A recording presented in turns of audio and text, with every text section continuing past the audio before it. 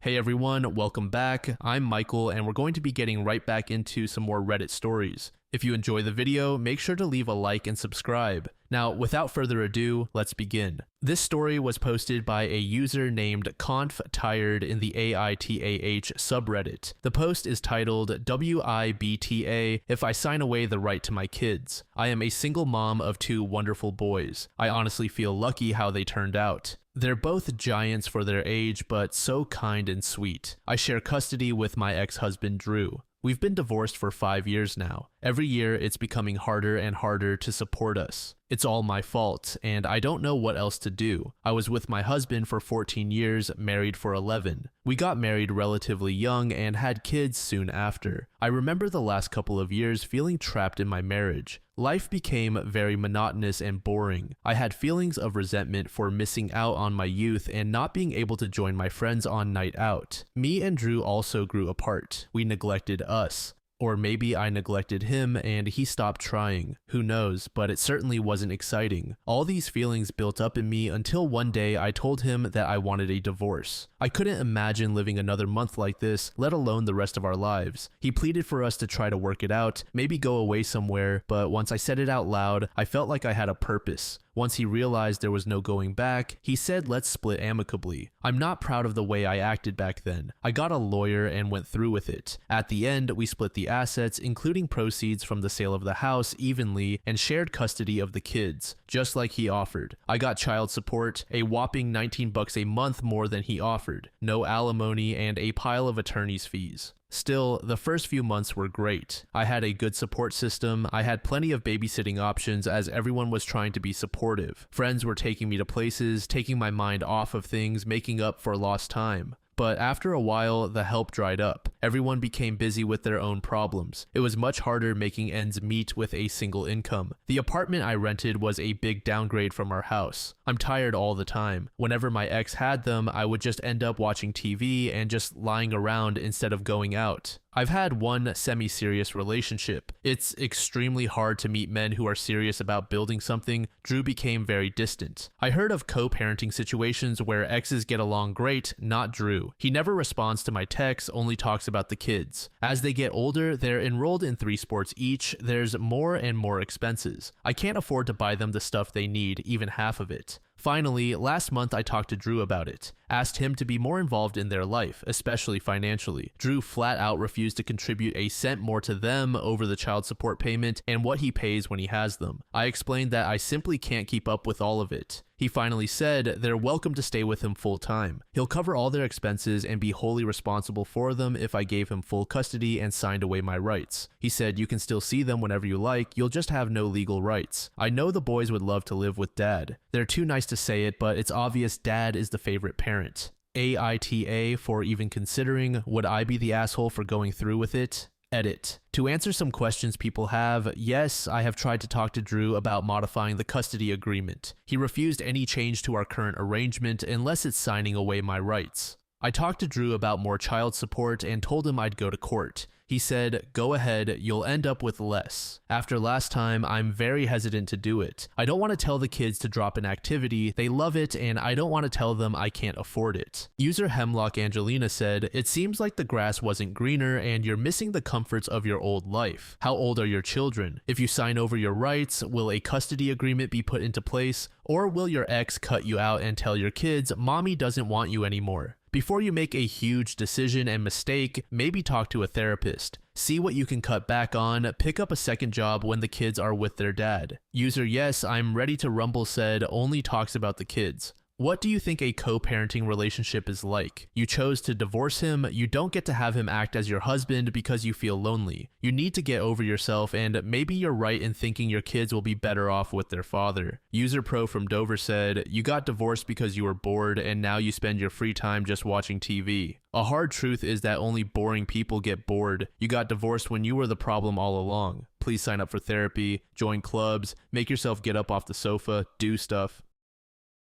This next post was made in the same subreddit by a user named MamaRinSD. The post is titled AITA for snapping at my boyfriend for bringing a man into the bedroom while I am trying to sleep. So, for quick context, my boyfriend bought us a new bed frame and mattress, but the frame came with a crack in one of the pieces. When he told Amazon, they just sent him another one. One day at work, an employee mentioned he was needing a new bed, so my boyfriend said he could have the one Amazon sent him if he didn't mind the broken piece. Well, he didn't, and he came to get it today. I know this person, and I do not like him for various reasons. My boyfriend told me the night before he was coming to get it. I said, cool, I'm not coming out of the bedroom unless I have to. He came and I vaguely heard them talking, but I was half asleep and didn't care. Then I heard my boyfriend say something about showing him our bed, and I heard him say that I was in there, but it was fine. I kind of froze, half asleep and confused until I hear them coming, and I pulled the blankets over my head as my boyfriend announced coming in. I said very loudly, "Why?"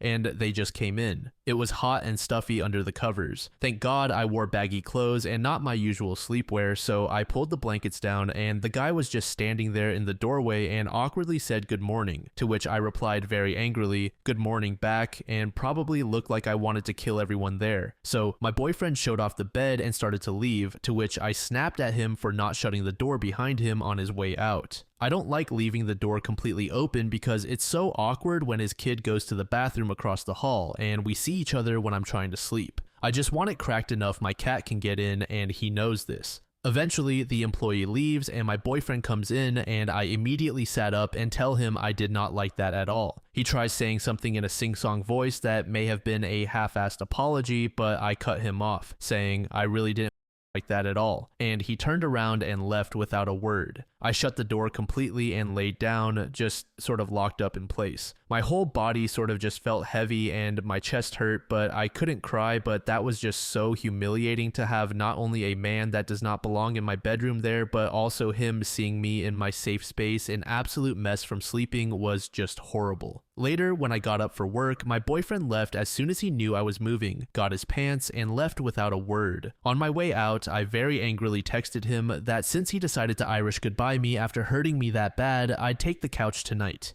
He didn't reply, and he was asleep when I got home, so on the couch I am now. I want to know if I'm the asshole for how I reacted, because I have a feeling that's how he's going to twist it when he does, or if he does, say anything at all. Mini update, there are a lot of comments, more than I expected. I want to start by saying thank you all, even the ones that said I was the asshole but gave a polite reason why. This really helped me calm down. My anxiety and anger were through the roof, and this really helped calm me down, distract me, and clear my head. I would like to clarify here because I noticed a lot of people misreading it, but the employee was never buying anything, especially not our actual bed that I was sleeping on. He was picking up a free spare bed frame because Amazon is kinda weird in how they fix things apparently. I really have no idea why or how they ended up in the bedroom. I will eventually find out, and that will be in the update, which I will update the post with when I have one. I tried to be as polite as possible in my replies, but a few times my temper did flare a bit. I apologize for that. I admittedly haven't slept since all this happened, so I'm pretty impressed I can still spell haha. I'd like to especially thank the men that apologize for what I dealt with. With how the world is going, that was really wonderful to see. And thank you to every woman that defended me and lifted me up. Your aggression was honestly sweet as I genuinely appreciate your kindness. When the time comes, I'm going to let him explain himself, listen, and explain myself as well. I will apologize for snapping only if he actually shows remorse for what he did and understands how wrong it was. If he makes excuses, I'm not going to meet in the middle. I know a lot of you were mad about sleeping on the couch, but when we've clashed before, he almost always takes the couch, so I don't see it as unreasonable, but I get where you are coming from. That's the goal. And yes, I am reevaluating my relationship with him even before I hear him out. I'm not going to act rashly. It's really impossible to explain a 3-year relationship in one post. And I know everyone wants to hear every detail, but not every detail is meant for strangers. No offense, I love all the advice and support you've given me, but I am considering leaving him, and I do have a plan if it comes to that. I always have, in all honesty, but I really need to close my eyes right now, especially now that my chest doesn't hurt. Thank you dearly once again. I'll post the update when I have one, and I'll try to reply to people because I always feel like I should when you put in the time to try and help me. Thank you. Update 2. I broke up with him. When he finally admitted he brought him in there to see the bed, he basically said all my reasoning for not being okay with it is stupid, that I was dressed and under a cover, and it was fine. He said basically everything that everyone said in the comments and refused to see any wrong in his actions besides one brief admittance that he could see how I was uncomfortable, but in the same breath said he couldn't imagine how I'd feel violated and thus wouldn't validate my feelings. So I broke up with him, despite probably should have, waiting until I was not at the end of the month and could more comfortably find a place to live. I'm fine. He just went off into the other room and laid down on the couch. I'm not concerned for my safety yet, but if I become so, I'll be able to stay with a friend. I can afford to move once I find a place, it just takes time. No, I won't take the couch. It was a long conversation of me desperately trying to get him to understand. All this took was just admitting he was wrong and just apologizing. I couldn't get that much. Looks like I didn't know him after all. User Bunny Butterscotch said, "How are you 50 and still more immature than your girlfriend who is 22 years younger?" User Test After said, "I have seen this kind of situation before. In the cases I saw it, there was a person who habitually slept in and an early riser who secretly or frankly resented the sleeping in, and occasionally also that the sleeper inner had not done any housework that morning because they were sleeping in. The purpose is to shame the sleeper into getting up. An underling from work is a gift to a person with this mindset. How could he let that opportunity go? Of course, shame doesn't make a person want to do parkrun and dishes. That old trick never works."